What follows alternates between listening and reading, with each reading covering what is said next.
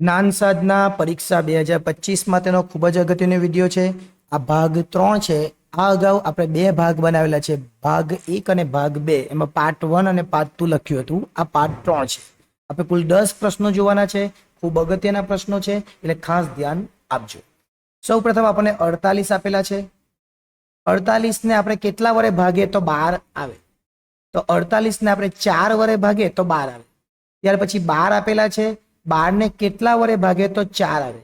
તો 12 ને 3 વડે ભાગે તો 4 આવી જાય. ત્યાર પછી 4 આપેલા છે. 4 ને કેટલા વડે ભાગે તો 2 આવે. એટલે 4 ને 2 વડે ભાગે તો 2 આવે. અને ત્યાર પછી 2 આવેલા છે અને અહીંયા પ્રશ્ન ચિહ્ન છે. તો અહીંયા આ જે 4 પહેલા આપણે 4 વડે ભાગી લીધું, પછી આપણે 3 વડે ભાગી લીધું, પછી આપણે 2 વડે ભાગી લીધું. તો હવે આપણે 1 વડે ભાગવું પડે. એટલે 2 ને 1 વડે ભાગે તો 2 જવાબ આવે. એટલે આપણો રાઈટ આન્સર આવશે 2. એટલે આ ખાસ અગત્યનો પ્રશ્ન ગણાવી શકાય. બીજો પ્રશ્ન 1, 4, 9, પછી પ્રશ્ન ચિહ્ન છે, પછી 25 છે અને પછી 36 છે. 1 એટલે 1 નો વર્ગ, 2 એટલે 2 નો વર્ગ, 3 એટલે 3 નો વર્ગ, 5 એટલે 5 નો વર્ગ, 25 એટલે 5 નો વર્ગ અને 36 એટલે 6 નો વર્ગ. તો 1 નો વર્ગ, 2 નો વર્ગ, 3 નો વર્ગ, તો હવે કેટલાનો વર્ગ આવે? 4 નો વર્ગ. અને 4 નો વર્ગ કેટલો આવે? 16. એટલે આ પણ ખૂબ અગત્યનો પ્રશ્ન કરાવી. એકદમ ઈઝી પ્રશ્ન આ હતો. પ્રશ્ન નંબર 3, જે એફ એમ એ એમ જે જે. આ થોડો ડેન્જર પ્રશ્ન છે, મઠાવે એવો પ્રશ્ન છે, પણ એમ જોવા જઈએ તો આ પ્રશ્નનો જવાબ એક જ સેકન્ડમાં આવી જાય, પણ આપણને યાદ પર રહેવું છે ને. આવું તો અંગ્રેજી મહિનાના નામ બોલવાના: જાન્યુઆરી, ફેબ્રુઆરી, માર્ચ, એપ્રિલ, મે, જૂન, જુલાઈ ને ઓગસ્ટ. તો ઓગસ્ટનો શું આવે? તો ઓગસ્ટનો એ આવે. કેટલો સરળ કહેવાય, પણ આવું યાદ પણ ત્યાં આવવું જોઈએ ને. એટલે આવા પ્રશ્નો પણ આપણે જોઈ લેવાના. ચોથો પ્રશ્ન એ ઈ આઈ એમ ક્યુ. તો અહીંયા એબીસીડી લખી દે: A B C D E F G H I J K L M N O P Q R S T U V W X Y Z. ખરેખર આવી એબીસીડી ની જરૂર નથી, પણ આપણે આવું લખેલું હોય તો બહુ ઇઝીલી જવાબ આવી જાય. આપણે જોઈ લે, પહેલા એ છે, પછી ઈ છે, પછી આઈ છે, પછી એમ છે અને પછી ક્યુ છે. 3 શબ્દ છોડી દીધા, એટલે કે 3 મૂળાક્ષર છોડી દીધા. અહીંયા પર 3 મૂળાક્ષર છોડી દીધા, અહીંયા પર 3 મૂળાક્ષર છોડી દીધા, અહીંયા પર 3 મૂળાક્ષર છોડી દીધા. આપણે બી આર એસ ટી 3 મૂળાક્ષર છોડી દેવાના, એટલે જવાબ આવે યુ. એટલે યુ આપણો સાચો જવાબ આવે. કેટલું સરળ થઈ જાય આ રીતે કરીએ તો. આગળ ચાલીએ. 5મો પ્રશ્ન, થર્મોમીટર. થર્મોમીટર શું કામ આવે? જો તાવ આવે તો તાપને માપવું હોય, જાણવું હોય કેટલો તાવ છે, તેના માટે થર્મોમીટર કામ આવે. તો રિક્ટર સ્કેલ એ શું માપવા માટે કામ આવે? તેનો જવાબ આવશે ધરતીકંપ.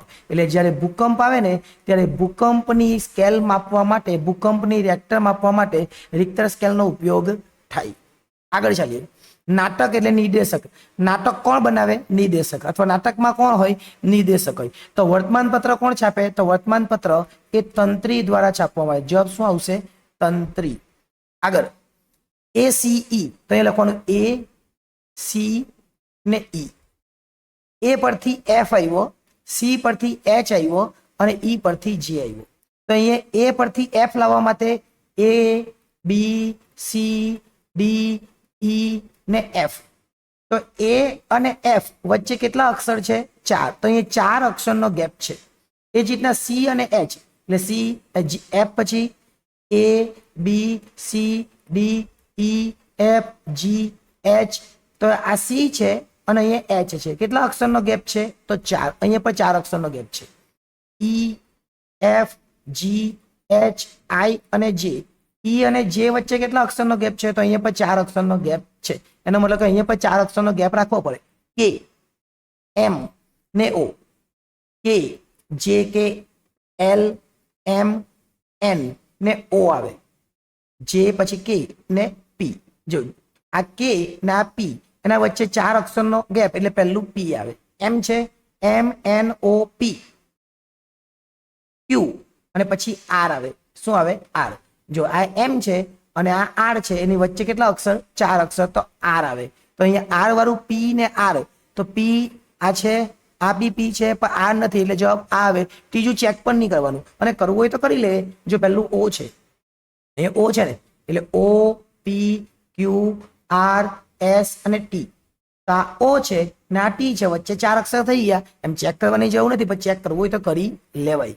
8મો પ્રશ્ન એમએન, તો એમ એન ઓ પી, પછી પાછું શું છે પી ક્યુ આર એસ. એકદમ સરળ જ છે. એમ એન ઓ પી પી ક્યુ આર એસ. અહીંયા ઈ એફ જી એચ, તો અહીંયા પી થી ચાલુ કર્યું તો અહીંયા એચ થી ચાલુ કરવાનું, એચ, અને એચ પછી એચ આઈ જે કે, એચ આઈ જે કે. અહીંયા એચ છે, અહીંયા બી એચ છે, પણ અહીંયા એચ આઈ જે કે અહીંયા છે, એચ આઈ જે કે. એબીસીડી નો ક્રમ જ આપેલો છે, બીજું કંઈ આપ્યું નથી. આગળ ચાલીએ. નીચેના વિકલ્પોથી કયો મહાશબ્દ છે? આમાંથી મહાશબ્દ કયો? વિદ્યાર્થી, પણ વિદ્યાર્થી કરતા મોટા શિક્ષક કહેવાય, શિક્ષક કરતા મોટા આચાર્ય કહેવાય, અને આચાર્ય કરતા મોટી શાળા કહેવાય. એટલે આ શાળાની અંદર બધું જ આવી જાય. શાળાની અંદર વિદ્યાર્થી, શિક્ષક અને આચાર્ય બધું જ આવી જાય. આચાર્યની નીચે આ બે આવે, અને આ ત્રણે ત્રણ એ શાળામાં આવે. એટલે સૌથી મોટો લઘુ શબ્દ, આપણો સૌથી નાનો લઘુ શબ્દ વિદ્યાર્થી કહેવાય, પણ મહાશબ્દ કયો કહેવાય? તો મહાશબ્દ એ શાળા કહેવાય. આગળ ચાલીએ. મહાશબ્દ કયો? વીટી, હાર, ઘરેણું ને ઝાંઝર. જો વીટી એ ઘરેણું જ કહેવાય, હાર એ પણ ઘરેણું જ કહેવાય, ઝાંઝર એ પણ ઘરેણું જ કહેવાય. એટલે આ જે ઘરેણું છે ને એની અંદર ત્રણે ત્રણ વસ્તુનો સમાવેશ થઈ જાય. વીટીની અંદર હારનો સમાવેશ નહીં થાય, હારની અંદર વીટીનો સમાવેશ નહીં થાય, ઝાંઝરની અંદર વીટી હાર બંનેનો સમાવેશ નહીં થાય. જ્યારે ઘરેણાની અંદર દરેકે દરેક વસ્તુનો સમાવેશ થઈ જાય, જેથી કરીને ઘરેણું એ આપણો મહાશબ્દ કહેવાય.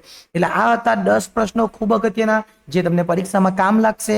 આ અગાઉના 2 વિડીયો ન જોઈએ તો એ પણ જોઈ લેજો, એની લિંક ડિસ્ક્રિપ્શનમાં આપી દઈશ. આભાર.